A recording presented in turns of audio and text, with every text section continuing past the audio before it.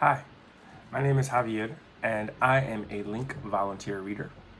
I volunteer because I love books and I love reading and I love sharing my love for books and reading with people like you. So today we're going to be reading a book called Sofia Valdez, Future Prez. It was written by Andrea Beaty and illustrated by David Roberts.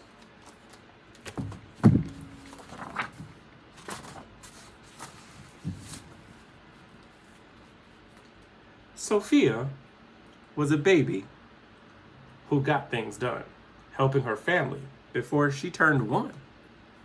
Wow.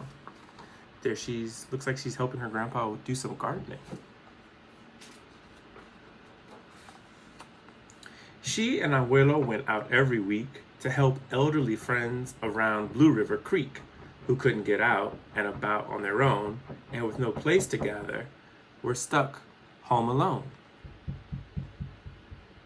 It's nice. It looks like they're bringing some groceries to everyone.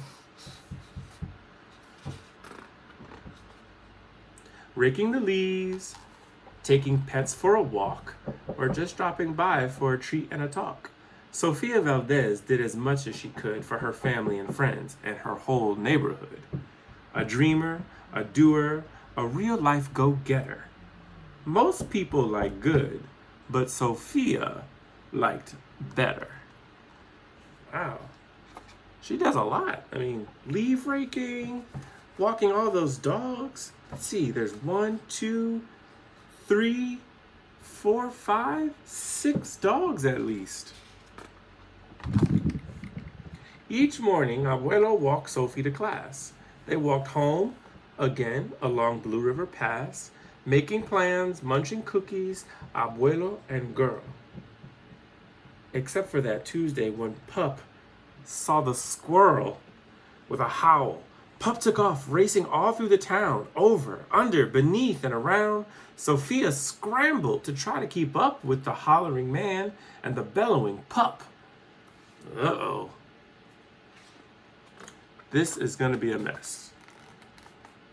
Up, the squirrel ran to the top of a hill made of leftover junk for the local landfill. They reached the tip top of that mountain of trash, which jiggled and broke with an ear-splitting crash. Down they all tumbled and hit with a thud on a moldy old pumpkin surrounded by mud. Ouch, cried Abuelo. He struggled to stand. A dangerous mess, he said, grasping her hand. The next day, Sofia walked to school solo. But it wasn't the same without her abuelo. This is not right, declared young Sofia, who glared at Mount Trashmore and got an idea. That is a lot of trash. It's food and old pipes. What other things do you see in there? I wonder what's going to happen. The very next morning, at dawn, she planted a sign at the front of the lawn. She stood back and smiled, and Pup gave a bark. Get rid of Mount Trashmore. Let's build a new park. That's a great idea. Each of her neighbors had something to say about benches and fountains and places to play, meeting spots, gardens, a basket for bees, a rubber duck pond, and a kiosk for cheese. She drew every thought on her map of the park, which was perfectly perfect, by a quarter till dark.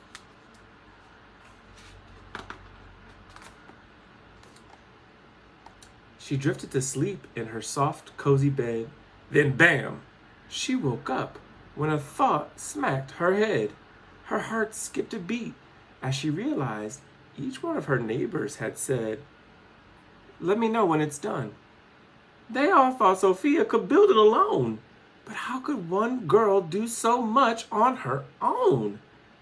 The weight of that thought made her tender heart ache as night thunder growled and she lay wide awake.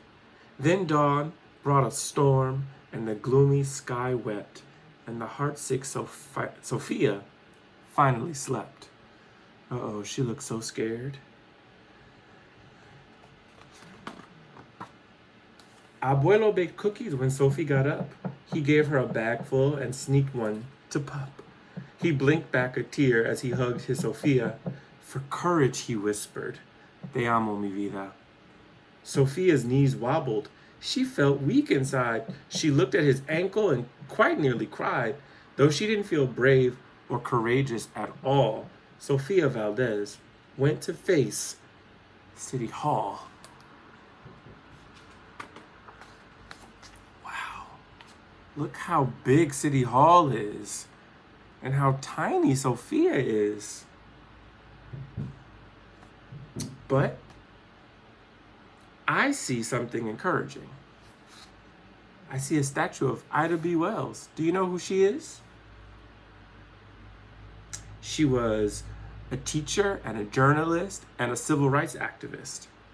And she helped to found one of the most important organizations in the United States. It's called the NAACP, and it works to make sure that people's rights are protected. You should look it up.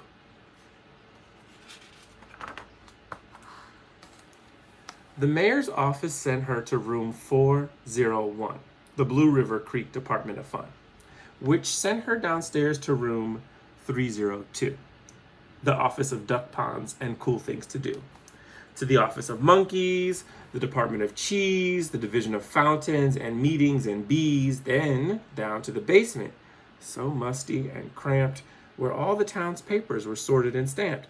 And that's where the clerk said what no one else did. You can't build a new park. You're only a kid. The words smacked Sofia deep down in her heart. Her plan was kiboshed before it could start. I think, said Sofia, I think that law's wrong. But her second grade voice didn't sound very strong. The clerk said, clearly, it cannot be done. Do you have any questions? Sofia said, one. If you were me, and if I was you, and he was your grandpa, what would you do? Well, said the clerk. Then she said nothing at all. She thought and she thought. Then she sent out a call to every employee throughout City Hall. The entire government of Blue River Creek crammed into the office to hear Sophie speak, but her words jumbled up and her cheeks turned bright red as a dozen emotions rushed into her head. Her heart beat so loudly she thought it would crack. The crowd leaned in closer. Sofia leaned back. Then her arm brushed the edge of the old cookie sack. And that was the moment when Sofia first knew being brave means doing the things you must do, though your heart cracks with fear, though you're just in grade 2.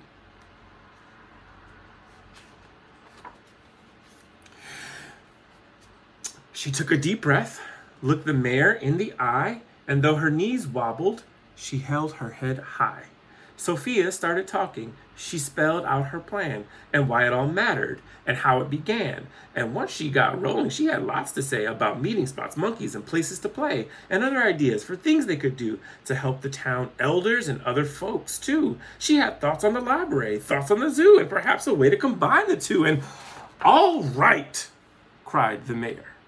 Go start a petition. If the town wants a new park, we'll form a commission. And so, young Sofia got right to work with some help from her family and Pup and the clerk. You see, they all have signs. Sofia says, let's build a park. And the clerk says, a park for everyone. And Abuelo sign says, sign our petition, please. And even Pup, his says, bark for parks. Then Others joined in. Not all, but a few, like Miss Lila Greer and the kids in grade 2. And they've all got signs too. They say, get rid of Mount Trashmore. And scientists need parks. And give bees a chance. And sign our petition. And somewhere that's green. And we heart parks. And si se puede. There were hearings and surveys and taxes to figure, then bulldozers, cranes, and a blue bigger digger. They all built that park. That's how it got done. With the hard work of, by, and for everyone. But it began with the dream of one person, just one, who laced up her shoes and then led the way to help Blue River Creek get a new place to play. Now, every evening till long after dark, the town comes together at Citizens Park. They all hold this truth to be self-evident, that Sofia Valdez could grow up to be president. Until then, Sofia, that real-life go-getter, helps Blue River Creek get better and better. That was a truly fantastic story. Did you like it? I did too. I liked it because it shows something really important. That one person, no matter how big or small, can make a huge difference if they have a little help from their family and friends. Have you ever had an idea that you needed help with? Who helped you? Do you know one of the best places to find new ideas? That's right, in books. Books have great ideas, and that's why it's important to read and to write. Because when you read and write, you learn new ideas and you share your ideas. I hope you like this book as much as I did. And I hope we can read together again sometime. Until then, happy reading.